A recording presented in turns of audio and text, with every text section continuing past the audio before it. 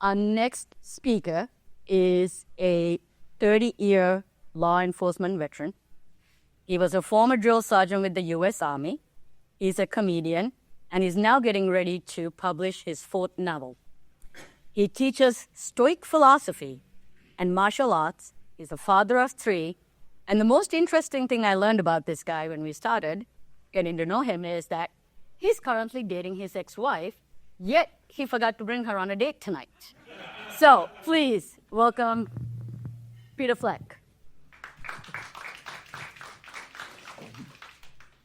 Thank you. It's awesome to be here. You were told heritage? I wasn't told anything. I texted today and asked, am I still speaking tonight? And was told yes.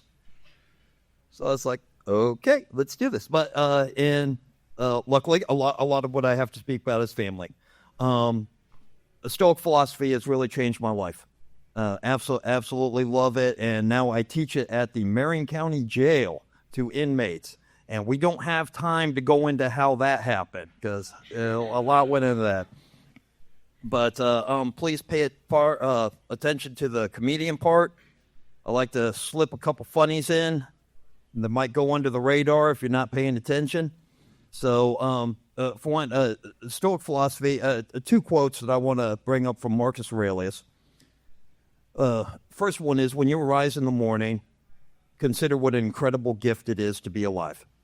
And if you start your day with gratitude, it's extremely hard to be angry and grateful at the same time. The second one is your happiness is dependent on your thoughts. So how you perceive something is how you're going to feel about that. And the greatest power that we all have is we can decide how something affects us. We've got very little control over the physical world. We've got a maximum control of the inner world. So you have all the control in the world on how you're going to perceive something. And it has helped me a lot out. What actually got me into law enforcement was I came off active duty in 1990. I got a job as unarmed security. I was going to be an accountant. Unarmed security at the city market, downtown Indianapolis. First day on the job, I was there 15 minutes. We had a shooting and stabbing.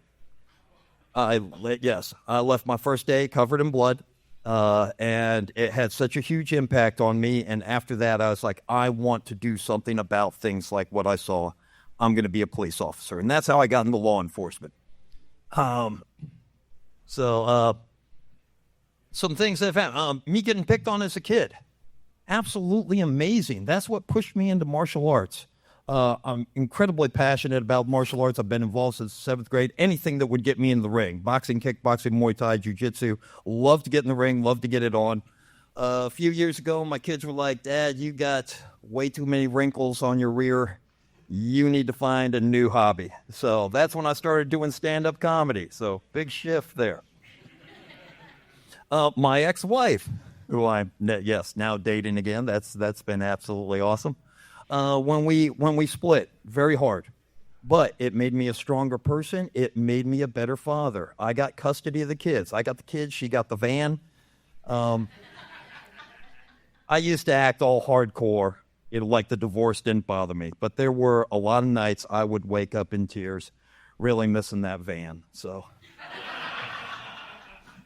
very good. That's A material right there. So I got married in 1990. I'm old-fashioned about marriage, so I went to her father and asked for his permission to marry his pregnant daughter. So that's pretty much how that went. We got divorced in 2001. Like I said, it was very civil. It wasn't anybody's fault. Nobody was cheating or anything like that.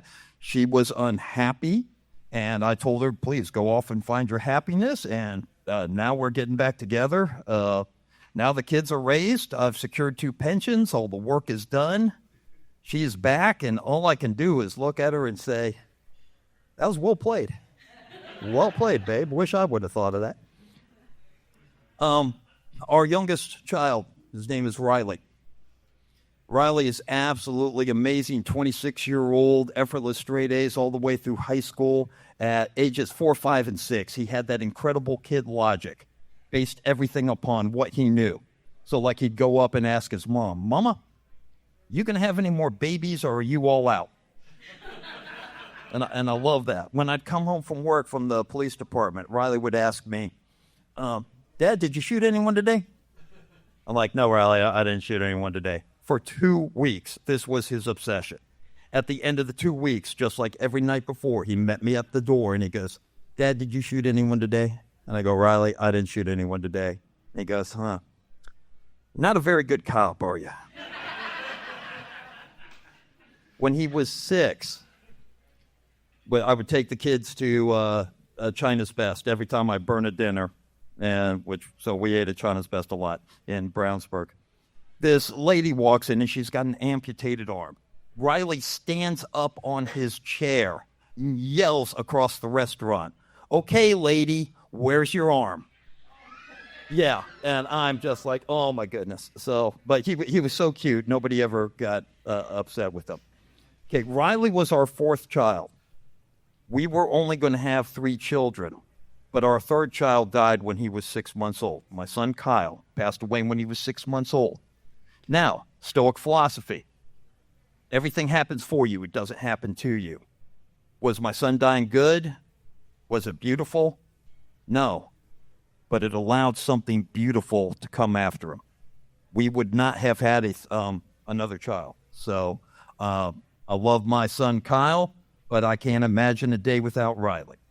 So after that, COVID. And thank goodness for COVID. I went into a deep depression. I was rocking public relations programs with the Brownsburg Police Department. I had summer camps. I had Explorer programs. I had self-defense classes going. I was teaching in the high school. All my programs got shut down, and I was told just to stay at home. I went into a depression, not proud of it. I drank for 4 days. On the 5th day, I woke up, and I was like, hey, you preach all this stoic stuff. Life happens for you. It doesn't happen to you. Dumped the booze, put myself on this strict regimen, and I was like, you're going to write something that is powerful, that is beautiful, that is uplifting. And I sat down, and I wrote my first novel called Caged, knock it out of the park. Gave it to my harshest critic who hates fiction. He read it in 1 day, called me up and said, Pete, this is the greatest thing ever written by a 4th grader. Let's go find you an editor. I was like, rock on. So thanks to COVID, I've written about ready to publish my 4th novel. I absolutely love it, and I give away more books than I sell, but the whole objective was to reach 1 million people, not make $1 million. And then finally, there was recently the death of my father. He died the day before Father's Day in 2024. My father is the epitome of you don't need to be in a better place. You just need to be in a better state. He's on his deathbed, cracking jokes. Unbelievable. He knows he does not have long. And yet what he's trying to do is ensure that, hey, his legacy of being this uplifting person who always cares more about the person next to him than he did about himself. And I was so lucky I got to spend his last night with him. We didn't know it was going to be the last night with him. And the next day, these 3 doctors come in, and the head doctor goes, Mr. Fleck, I heard you want to make it to August 2nd for a very special anniversary. And we're sorry, but you're not going to make it to that day. And my dad looked at the head doctor and goes, well, that will save me some money. And I'm just like, wow. That night, where surrounding his bed, almost all the grandchildren are there. And my dad, for whatever reason, he used to drink milk a lot when I was a kid. But then all of a sudden, he's like, can I get a glass of milk? I would just really love a glass of milk. Right at that moment, my oldest son, Zachary, walks in, sees my dad, and loses it, starts bawling. And my dad goes, Zachary, come here. Gives him a big hug and goes, you are really blowing this milk thing out of proportion. I'm like, wow. After he had spoke to the head doctor, and this is what I'm going to leave you with, my dad all of a sudden goes, Pete, can I get my shoes on? And my dad can't stand, much less walk. And I'm like, Dad, if you want your shoes on, I'm going to put your shoes on you. You want to run a couple laps before lunch, or what are we doing here? And he goes, no, I just really want my shoes on. So I'm like, yeah, no problem. So I've got to adjust them because of the swelling in his feet. And then the dialysis nurse motions me over, and she goes, when they ask for their shoes, that means they're ready to go. It blew me away. And thank goodness she did that, because I called all the kids and it's like, everybody was going to show up on Father's Day. And I was like, I don't think we have that time. And thank goodness I did, because, he passed away a few hours later. What I want to leave you with is, what kind of state do you want to be in when it's time for you to ask for your shoes? All right. Hey, I want to thank you so much for letting me talk tonight. It's been great. And back to you.